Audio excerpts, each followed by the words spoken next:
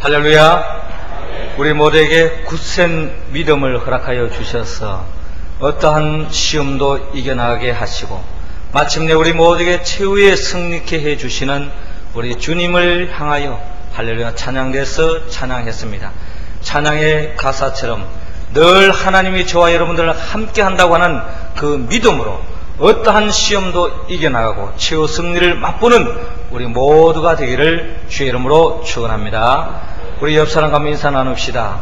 굳센 믿음으로 승리합시다.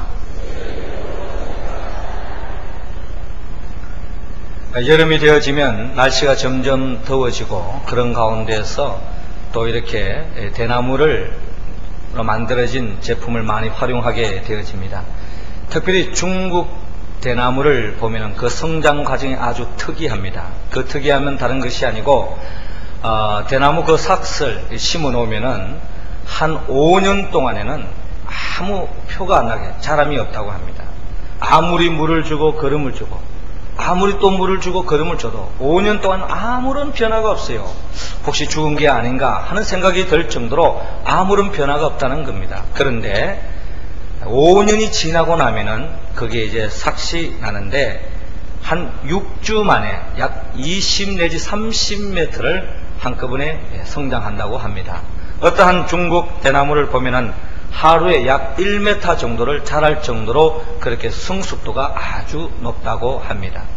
오랫동안 아무런 변화 없이 성장 없이 성숙 없이 그렇게 자람 없이 변화 없이 지내다가 5년이 지나고 나면 한꺼번에 쑥 자라는 대나무를 바라볼 때에 저는 마치 이 중국 대나무가 예수님을 생각하게 되었습니다. 예수님의 생애를 가만히 들여다보면은 예수님께서 이 땅에 오시자마자 모든 표적과 기적을 일으켜가지고 모든 사람들에게 영광을 드러내는 또한 하나님께 영광 드리고 모든 사람들이 놀라할 수밖에 없는 그런 기적을 남긴 것이 아니라 30년 동안에는 어느 모든 사람들과 같이 모든 인생과 같이 아무 특별한 특이함이 없이 평범하게 지내온 것을 볼 수 있습니다. 그러나 30년이 지나고 주님께서 공생의 생애를 보면은 모든 사람들이 놀랄 수밖에 없는 신비로운 삶으로 이어지고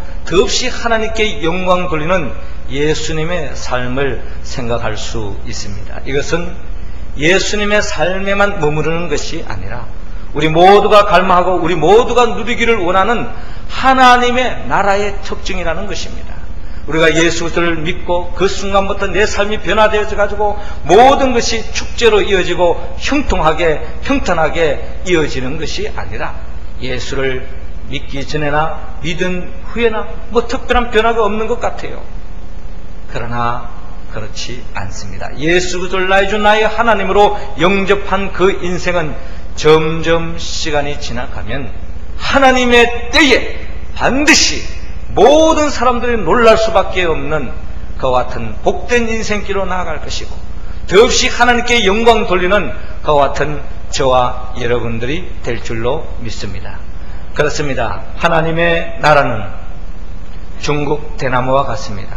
예수님의 생애와 같습니다. 특별히 오늘 우리 주님께서는 오늘의 본문을 통하여서 천국, 즉 하나님의 나라의 특징이 무엇인가를 보여주면서 그 특징을 잘 알고 그 하나님의 나라의 비밀을 깨닫고 그 하나님의 나라의 복을 우리 삶 속에 충만히 받아 누리기를 원합니다. 그렇다면 하나님의 나라의 특징은 무엇입니까? 하나님은 오늘 본문 26절에서 29절을 통하여 하나님의 나라는 자라난다 라고 말씀하고 있습니다.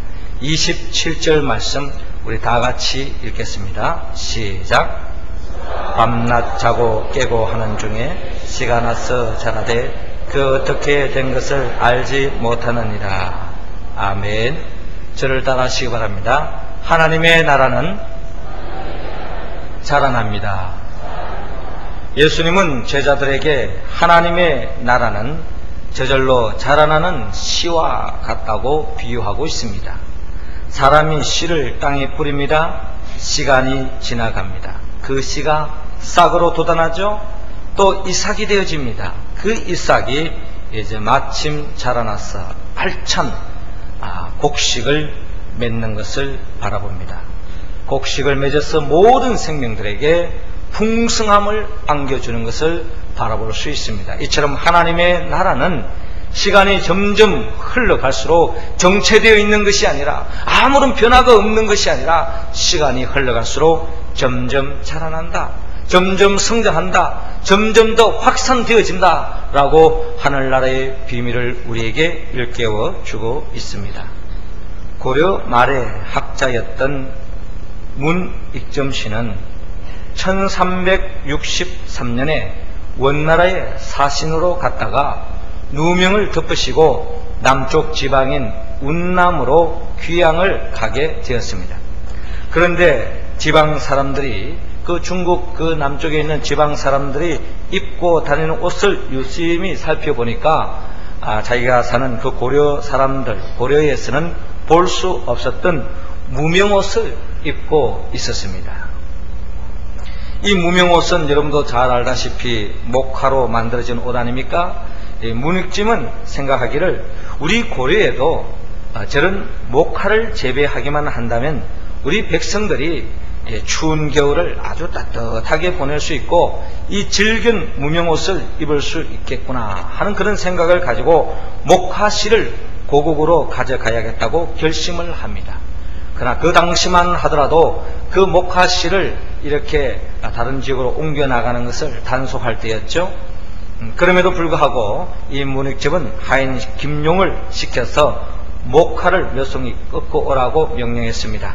그리고 붓뚜껑에다가 목화씨 10개를 넣었습니다. 마침내 1367년 2월에 꿈에도 그리던 고려로 돌아온 문익점은 고향 경남 산청에 내려가서 장인 정천익 씨와 함께 목화를 재배하기 시작했습니다. 그런데 그 10개의 목화씨 중에 단 1개만 살아남았고 나머지 9개는 다 죽고 말았습니다. 그 1개의 씨가 자라나서 3년 만에 산청 땅은 온통 목화꽃으로 뒤덮이게 되었습니다. 10년이 지났을 때는 온 나라가 목화가 퍼지게 되었습니다. 그동안 추운 겨울에 추위를 떨 수밖에 없었던 우리 백성들은 이처럼 이 목화로 만들어진 이 무명옷과 솜옷을 지어 입고서 이제 따뜻한 겨울을 보냈던 역사적인 이야기가 있습니다. 목화씨 하나가 땅에 떨어져서 죽었더니 그 씨가 자라나서 이제 싹을 내고 또 꽃을 피우고 그 목화꽃을 통하여서 결국 산청을 덮고 또 경상도 지역을 퍼져지게 되고 한반도를 덮여져서 많은 백성들이 그것을 통하여서 큰 따뜻한 겨울을 보낼 수 있고 더 없는 유익을 얻은 것을 바라볼 수 있습니다. 이처럼 예수님은 하늘의 목화씨와 같이 이 땅에 하나님의 나라를 전파하기 위해서 하나님의 나라의 씨로서 생명의 씨알로서 이 땅에 오셨습니다. 이 땅에 오셔서 십자가에 못 박혀 죽으시고 부활하심으로 이를 믿는 자를 통하여서 모두가 하나님의 나라를 누릴 수 있도록 역사하셨다는 겁니다. 예수님의 그 죽으시는 하늘의 미라를 통하여서 12명의 제자가 믿게 되어지고 갈릴리를 사람들이 믿어지고 점점 예루살렘과 온 유대와 사마리아 땅끝까지 이르러서 마침내 이 동북아시아에 자리잡고 있는 이 한반도, 이 은양 땅에도 주의 복음이 들어올 수 있게 되어졌습니다. 이처럼 복음은 정체되어 있는 것이 아니라 점점 자라납니다. 확산합니다. 점점 더 확장되어지고 성장해 가고 변화를 일으키는 것을 바라봅니다. 하나님의 나라로서 은양제일교회를 바라보면 우리 은양제일교회도 점점 자라나고 점점 성장하는 것을 우리는 느낄 수 있습니다. 몇 년 전에 우리 교인들이 다 힘을 모으고 주님을 사랑하는 마음으로 이렇게 좋은 예배당을 이렇게 재건축을 했습니다. 또 시간이 또 몇 년이 안 흘렸지만 또 하나님께서 우리 모두에게 감동을 주시고 우리 교회가 더 좋은 교육으로 더 하나님께 영광 돌리는 많은 인재들을 배출하기 위해서 이제 우리가 성전에서 또 교육관을 건축하기 위해서 우리가 작정하고 기도로 힘을 모으고 있습니다.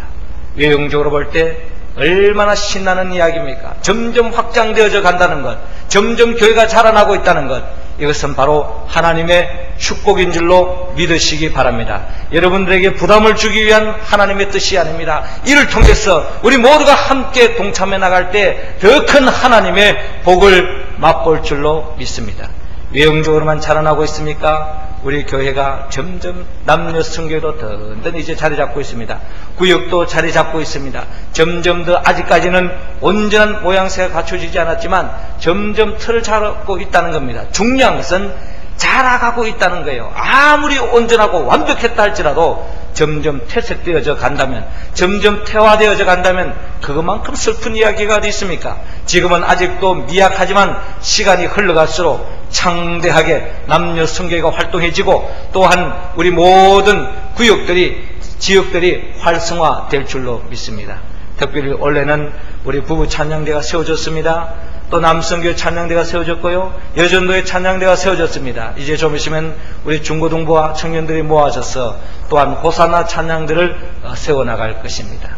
이처럼 조직이 점점 갖추어지고 또한 우리 교회 속에 흘러넘치는 이 축복의 말씀들이 생명 이야기를 통해서 전도되어지고 또 테이프를 통해서 전도되어지고 더 나아가 인터넷을 통해서, CCTV를 통해서, 다음을 통해서 온 세계에 주의 복음이 전파되어지고 있다는 것을 생각할 때 우리는 하나님의 나라를 경험하지 않을 수 없습니다. 이야말로 덧없는 하나님의 은혜요 축복인 줄로 믿으시기 바랍니다. 우리 모두가 이처럼 교회가 든든히 자라나가고 성장해가고 세워지는 것처럼 여러분들의 인생도, 여러분들의 섬기는 가정도, 직장도, 사업도, 자녀들도 더욱더 든든한 반석 위에 세워질 수 있기를, 또한 점점 더 시간이 흘러갈수록 더욱더 창대해질 수 있기를 주의 이름으로 축원합니다. 두 번째로 하나님의 나라의 특징은 오늘 본문 30절에서 32절을 통하여 하나님의 나라는 커져간다고 하나님은 말씀합니다. 32절 말씀 우리 할렐루야 찬양대원들이 읽어주시기 바랍니다. 시작.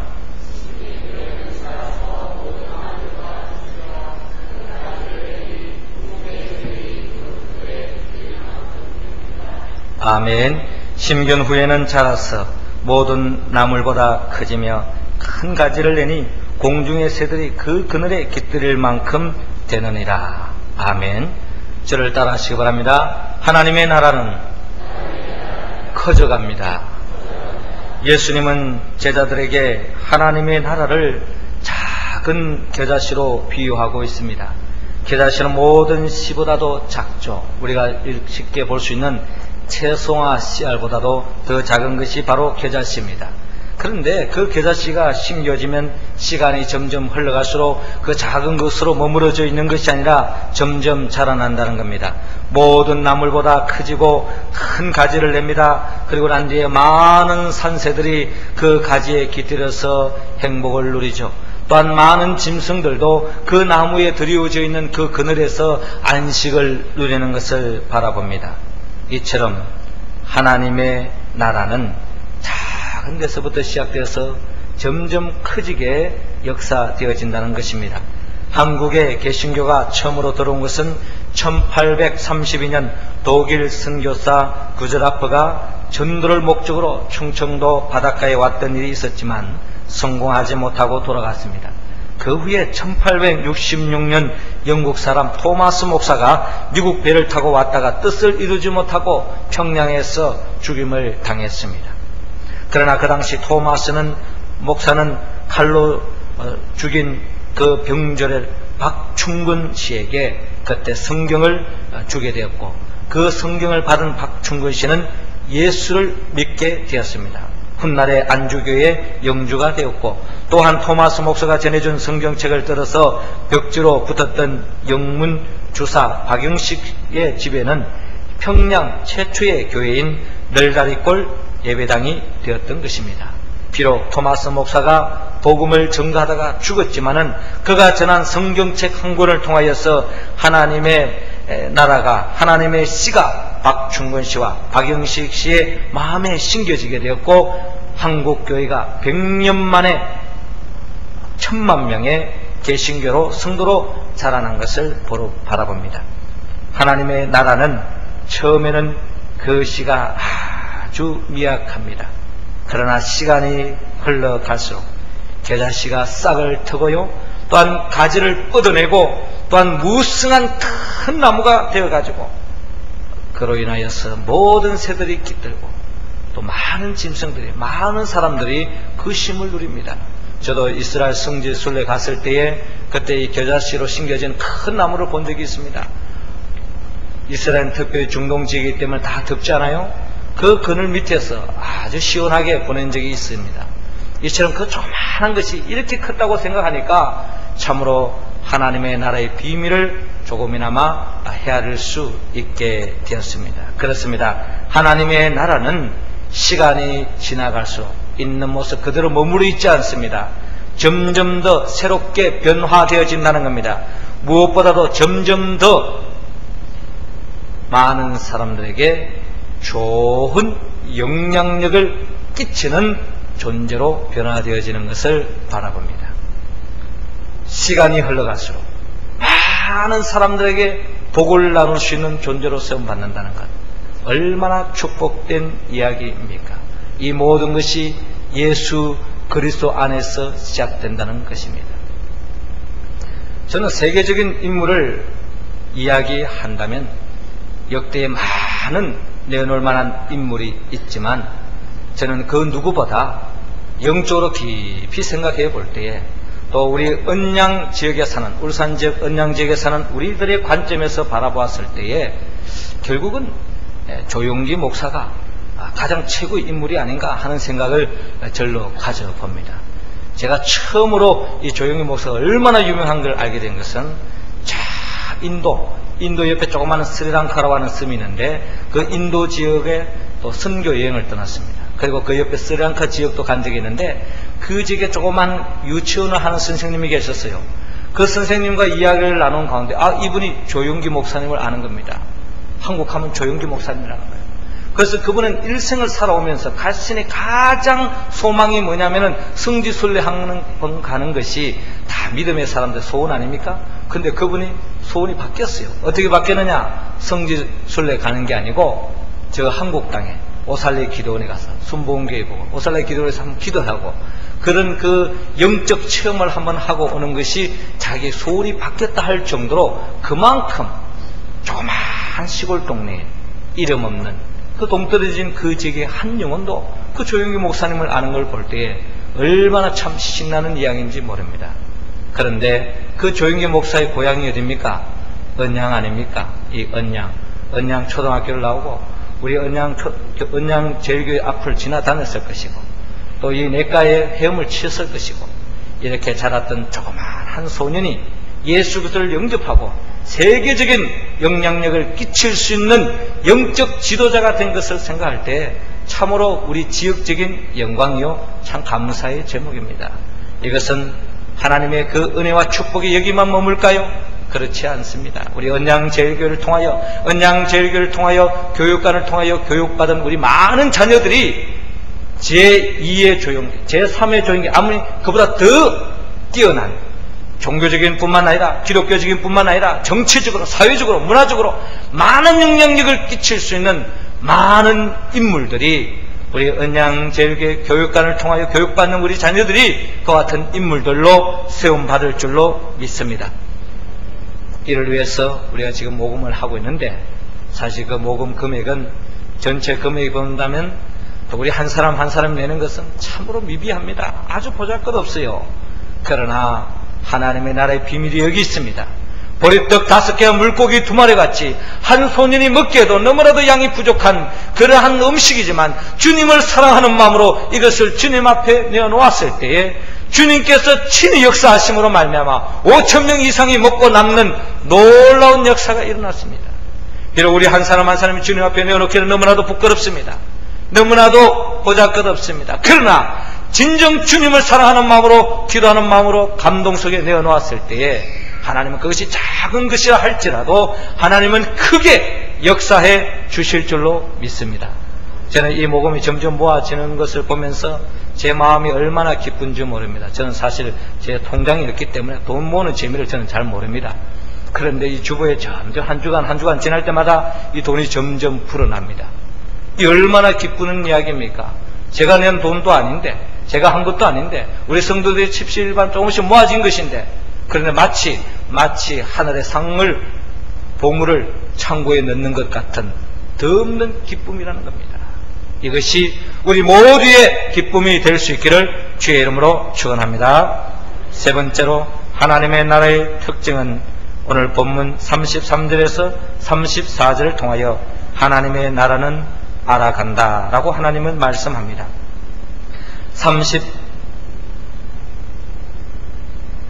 34절 우리 다 같이 읽겠습니다. 시작. 비유가 아니면 말씀하지 아니하시고 다만 혼자 계실 때에 그 제자들에게 모든 것을 해석하시더라. 아멘.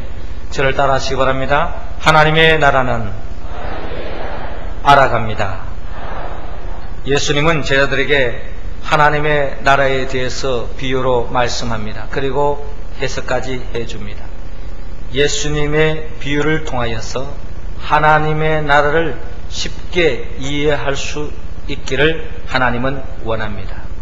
그러나 예수님께서 이렇게 쉽게 비유로 들려주어도 주님께서 해석해 주지 않으면 이해하지 못하는 제자들의 모습을 바라봅니다. 우리가 설교 말씀도 마찬가지입니다.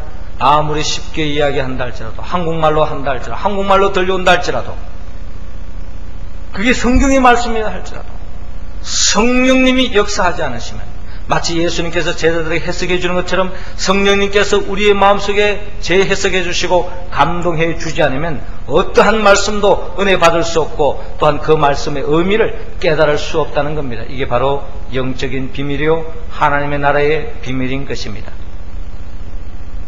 나의 아버지라고 하는 글이 있습니다. 한 소년이 아버지를 바라보면서 일생을 아버지를 바라보면서 아버지에 대한 느낌을 적나라하게 적어놓고 있습니다. 4살 때 아빠는 뭐든지 할 수 있었다. 5살 때 아빠는 많은 것을 알고 있었다. 6살 때 아빠는 다른 애들의 아빠보다 똑똑하셨다. 8살 때 아빠가 모든 걸 정확하게 아는 건 아니었다. 10살 때 아빠가 어렸을 때는 지금과 확실히 다른 게 많은 게 달랐다. 12살 때 아빠가 그렇게 그것에 대하여 모르는 건 당연하다. 저도 벌써 우리 아이가 초등학교 5학년인데 수학 문제 보면은 그냥 스뜻 보면은 헷갈려요. 벌써 잘 모르겠습니다. 초등학교 수학이 예전에 우리 다닐 때 중학교 고등학교 때 배웠던 수학을 벌써 초등학교 풀고 있으니 제가 뭐 일일이 묻는 문제마다 한참 생각하게 문제가 풀립니다. 물론 저 개인적인 것은 모르겠습니다만은 그렇게 우리 아들이 보는 입장에서 아빠의 모습이 아버지는 뭐든지 다 하는 줄 알았는데 모르는 게 참 많구나 하는 생각이 점점 깊어질 것 같아요. 14살 때 아빠에겐 신경 쓸 필요가 없어. 아빠는 너무 구식이거든. 21살 때 우리 아빠 말이야 구제불능일 정도로 시대에 뒤떨어졌어. 25살 때 아빠는 그것에 대해서 약간 알기는 하신다. 그럴 수밖에 없는 것은 그 일의 경험을 쌓아오셨기 때문이다. 30살 때 아마도 아버지의 의견을 물어보는 게 좋겠다.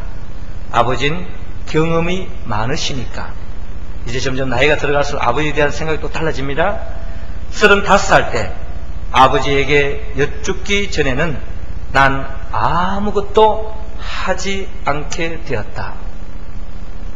40살 때 그때쯤 되어지면 보통 세상적으로 보편적으로 아버님이 다 세상을 떠나죠. 요즘은 이제 또 장수를 하기 때문에 좀 다른 입장입니다만은 40살 때 아버지라면 이럴 때 어떻게 하셨을까 하는 생각을 종종 한다. 아버지는 그만큼 현명하고 세상 경험이 많으시기 때문이다.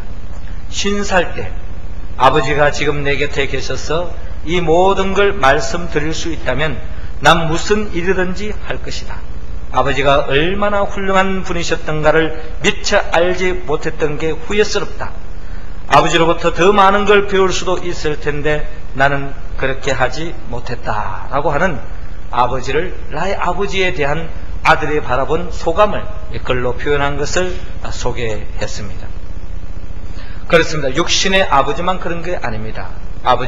육신의 아버지도 시간이 흘러갈수록 그 아버지가 그 아버지인데도 불구하고, 아버지가 바뀌지도 않은데도 불구하고 어렸을 때는 그렇게 위대하게 보이다가도 어느 순간에 좀 컸다고 뭐 안다고 아버지를 깔볼 때도 있다는 거예요. 그러나 점점 성장하고 성숙되어지면 아버지 앞에 머리를 절로 숙일 수밖에 없는 것이 모든 인생들이요, 한마디로 바른 인생길을 살아가는 사람의 특징 아니겠습니까? 하나님에 대해서도 마찬가지입니다. 하나님에 대해서 예수를 믿고 하나님이 너무나도 좋다 하는 시절이 있는가 하면 하나님이 늘 간섭하는 것 같고, 하나님이 나를 자꾸 쪼르는 것 같고, 무거운 짐을 자꾸 주는 것 같고, 나를 자꾸 힘들게 하는 것 같고, 이런 일에 대해서는 좀 모른 척 해주시지 뭐 이런 것까지 사사건건 하나님께서 따지시는가 하는 생각이 들 때가 많아요. 그러나 점점 신앙의 깊이가 지나가면 역시 하나님밖에 없구나, 하나님께서 그때 내가 이해하지 못했지만 이런 섭리가 계셨구나, 이런 큰 복을 주기 위해서 그때 내게 이런 무거운 짐을 주셨구나, 그때 하나님께서 이런 어려움을 주신 것은, 부담을 주신 것은 이처럼 오늘날 몇 년이 지나서 이 큰 복을, 우리 자손들에게 이 큰 복을 주기 위한 하나님의 섭리가 계셨구나 하는 것을 뒤늦게 깨달으시는 겁니다. 믿음의 선배 우리 야곱이 그랬던 거죠. 요셉이 그랬던 거죠. 요셉의 일생의 삶을 듣다 보면 너무나도 황당한 일을 많이 당했습니다. 하나님으로부터 복을 받고 하나님으로부터 큰 꿈을 품은 이 요셉에게 왜 이런 어려움이 다가옵니까? 왜 노예로 잡혀가고, 왜 누명을 덮으시고 감옥까지 잡혀갑니까? 하나님의 놀라운 섭리가 있었다는 거예요. 이처럼 우리는 하나님의 그 모든 마음을 다 지금은 헤아리지 못합니다. 그러나 우리는 점점 알아가야 된다는 겁니다. 알아갈 때에 우리는 아는 만큼 우리는 사랑할 수 있습니다. 아는 만큼 행복해질 수 있다는 거예요. 저는 언양제일교를 벌써 횟수로는 3년이 지났고, 구체적으로 말하면 1년 반의 세월이 흘렀습니다. 시간이 흘러갈수록 언양제일교가 왜 이리 좋은지요, 왜 이리 사랑스러운지요, 왜 이렇게 좋은 사람들이 많은지요. 처음에는 저 사람은 왜 저럴까, 저 양반 왜 저럴까, 답답하다, 참 속이 터진다, 왜 저럴까. 그러면서 그분의 살아왔던 인생을 들어보고, 그분의 삶의 철학을 들어보고, 그분의 입장에 서서 한번 생각해 봤더니 이해하지 못할 일이 없습니다. 점점 알아갈 때에 그때 진정 사랑할 수 있는 것 아니겠습니까? 지난주에 우리 조성희 집사님 얼마나 기뻐한지, 그렇게도 원하고 바라는 대로 사랑하는 큰 아들이 우리 교회에 잠깐 인사차로 왔지만은 이제 지난 주일에 정식으로 등록하고 사진도 찍었습니다. 3대가 같이 사진을 찍은 현장입니다. 얼마나 감격스럽습니까? 여러분, 우리 교회 안에는 한 분 알아가면요, 얼마나 좋은 분이 많은 줄 모릅니다. 세상적인 눈으로 보면은 순간적인 이해 판단에 따라 저 사람을 이렇쿵 저렇쿵 판단할 수 있지만, 하나님의 보시는 관점에 하면 주님께서 천하보다 귀한 생명으로 세워주시고, 예수님께서 십자가에 못 박혀 죽기까지 사랑하셨고, 사망 권세를 깨뜨리고 부활하시고 성령을 부어주시면서 하나님으로 세워주신 하나님의 자녀로서의 성도들이라는 것입니다. 이분들을 여러분 점점 알아가면 알아갈수록 큰 복이 될 줄로 믿습니다. 큰 복이 딴 데 없어요. 우리가 핸드폰을 하나 사도 어떻게 작동하는지 모르면은 아무 소용이 없습니다. 전화 받고 끄고 하는 데다 쓸 수 없어요. 그런데 그 기능을 자꾸 알면 알수록 그 핸드폰 조그마한 하나에도 얼마나 우리의 삶에 유익을 안겨주는지 모릅니다. 핸드폰 하나도 알아가면 알아갈수록 기쁨이 되어지는데, 우리 성도들 옆에 있는 성도들 여러분 알아가면 알아갈수록 더 없는 기쁨이요 행복이 될 줄로 믿습니다. 우리 서로 옆 사람에게 사랑합니다 하고 인사를 합시다. 사랑은 아는 만큼 사랑할 수 있습니다. 교회를 사랑하고 옆 사람을 자꾸 알아가면서 성도의 교제를 통해서 더 없는 하나님의 나라를 맛볼 수 있기를 바랍니다. 사랑하는 언양제일 가족 여러분, 하나님은 우리 모두가 하나님 나라의 비밀을 알기를 원합니다.